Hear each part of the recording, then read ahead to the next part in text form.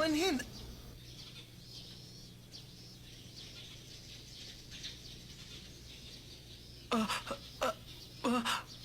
Paumanhin! Pasensya na, hindi ko nakita. Binangga niyo ako. Kapag may nabangga ka bang estudyante, hihingi ba kayo ng paumanhin, sir? Aba, oo. Hindi. Sir. Tinatapakan niyo ako. Naku, paumanhin. Ayaan mo, lilinisin ko ang sapatos niyo. Alam niyo kung may nagagawa ang paumanhin, ano pa ang silbi ng mga alituntunin? Alam ko namang ako talaga ang black sheep sa eskwelahan. Simula bukas, hindi yun ako makikita. Sir, ang mabuti pa... Bukas hindi na ako makikita! Aray!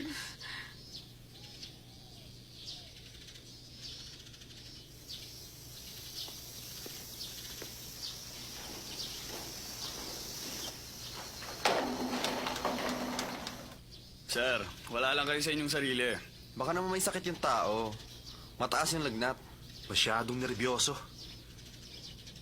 Paano kaya nila nagagawang sirain ang kagandahan ng eskwelahan? Hindi ako makapaniwala. Talagang mga arogante.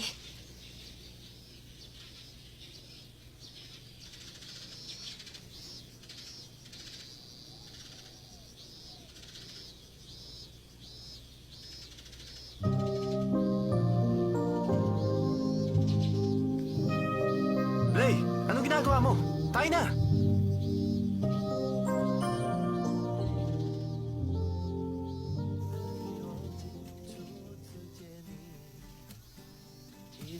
Sumusobra na talagang F4 na yan. Totoo sinabi mo, lalo na yung leader ng F4 na yan na bumastos sa professor namin. Talaga nakakainis. Sana makita mo ang kanilang kabastusan.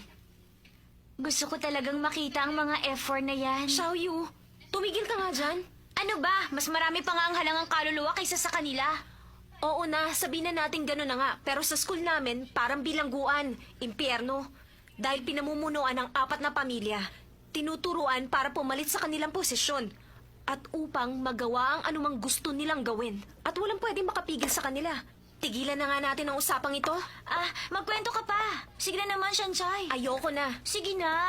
Ayaw. Sige na. Ayoko na nga. Sige na nga, sabihin mo na lang kung bakit F4 ang tawag sa kanila. Hindi ka maniniwala, pero nakakatawa. Ang F4 ay para sa flower 4. Nakakaya, di ba?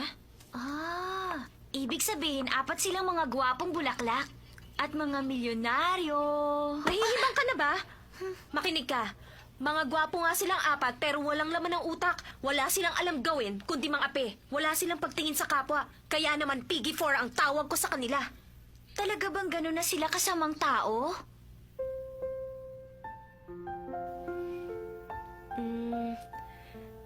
Merong isang kakaibang ugali sa kanilang 4. Mabuti na lang may naiba sa kanila. Uy, Shanchay, sa palagay ko interesado ka sa isa sa kanila. Tama ba? Hoy, wala pa yan sa aking isipan. Nakapagpasya na ako. Sa loob ng 4 na taon, dapat utak mo nang gagamitin. Maging maingat. Pag walang kinalaman sa akin, hindi ko muna papansinin. Kakaiba ako sa kanila. Kung di lang dahil kay Mama, hindi ako papasok sa eskwelahan yun. Shanchay, malaki ang ipinagbago mo nung mag-aral ka sa Yingde. Natatandaan mo ba nung high school pa tayo? Yung matabang lalaki nang bastos sa akin? Nakalimutan ko na ang pangalan niya. Tinuruan mo siya ng leksyon at sa palagay ko, natuto naman siya. Hindi na nga siya bumalik at wala na nang babastos sa akin simula nang gawin mo yon. Natakot na silang lumapit sa akin. Hindi ko alam pero malaki ang ipinagbago mo. Hindi na ikaw ang dating si Shanchay.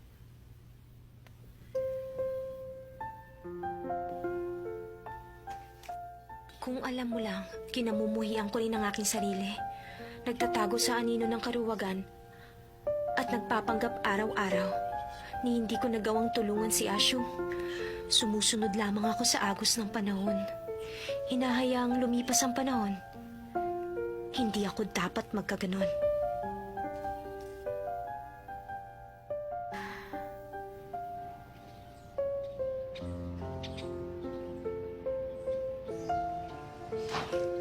Ma, nandito na po ako. Shanchay! Napansin mo ba? Ha? Nagpakulay kayo ng buhok? Halata naman pala. Ako lang ang nagkulay nito. $260 lang ang gastos ko.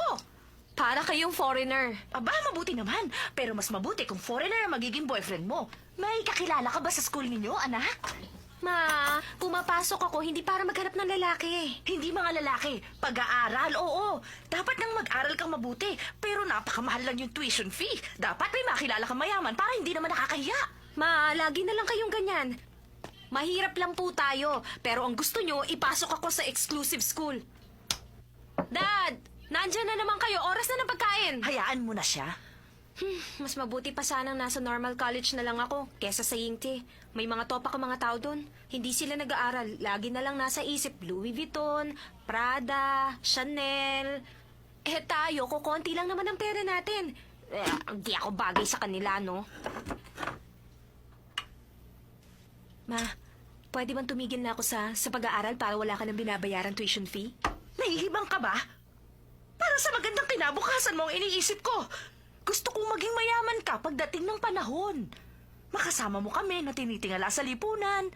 Na para bang isang celebrity. Kaya kita ginagastusan. Sa abot ng lahat ng aking makakaya. Namumulesta na nga ako ng ibang tao para lamang makapasok ka sa kolehiyong yan. Tapos sasabihin mong titigil ka na sa pag-aaral? Sinisira mo ang magandang pangarap ko. Para sa buhay natin. Ano nangyayari sa inyo?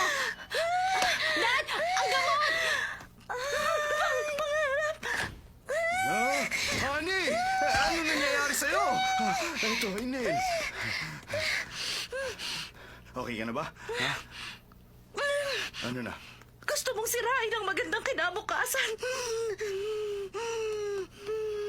Oh, sige. Sige, Tama na yan. Kumain na tayo. Maupo ka na. kumain na tayo. Sige, Gutom na ako. tumigil ka nga dyan. Ano ka ba naman? 4 na mangkok na nga ang nakain mo. Wala na makakain ang anak mo. Pero nagugutom pa ako. Gutom ka ba? Pero hindi pa nga kami kumakain. Inubos mo na nga lahat ng ulam. Hindi ka man lang nagtira. Kasalanan mo ang lahat ng ito. 20 taon ka na sa trabaho mo. Walang asenso. Honey, ano ba? Boy pa si Sanchay. Tumigil ka nga dyan. Bakit si Mr. Wang na kapitbahay? Naging assistant manager na. Kaya lang na-demote nga lang ng 2 beses. Pero ang mahalaga, na-promote naman siya. Pero ikaw, empleyado ka pa rin hanggang ngayon. Honey, ganito. Makinig ka. Anong halaga ng promotion kung madedemote ka naman? Ako, pareho pa rin. Tulad ng dati sa mahabang panahon, isang empleyado. Pero dapat may pagbabago sa ating buhay. Sanchay, alam mo ba, nung bata pa ang daddy mo, pangarap niyang maging isang host. Tama. Pangarap ko yun. Mag-iensayo yan na parang suso. Hindi naman. Mali ka dyan. Ang manok ng Zhongli Bushin, malasa, katakam-takam, malambot, katamtaman, 1, malasa, 2, masarap pa. Di ba? Ganyan siya. Paano ka magiging artista? Hanggang sa pangarap na lamang ang iyong ama. At yan ang namana mo sa kanya. Exclusive school na ang pinapasukan mo, titigil ka pa? Bakit ang kapitbahay nating si Mr. Wang? Di ba? Binanggit mo na naman ang Mr. Wang na yan, ha? Dahil marunong siya sa takbo ng buhay. Paano mo nasabi yan? Dahil wala ka ng silbi sa inyong kumpanya. Wala ka rin silbi sa bahay. Si Mr. Wang may silbi sa pagkababae ng kanyang asawa. Ikaw, wala kang silbi sa akin bilang asawa. Tumigil ka nga. Nagsisiping na lamang tayo. Nahiya ka naman sa anak mo. Ganyan ka naman talaga!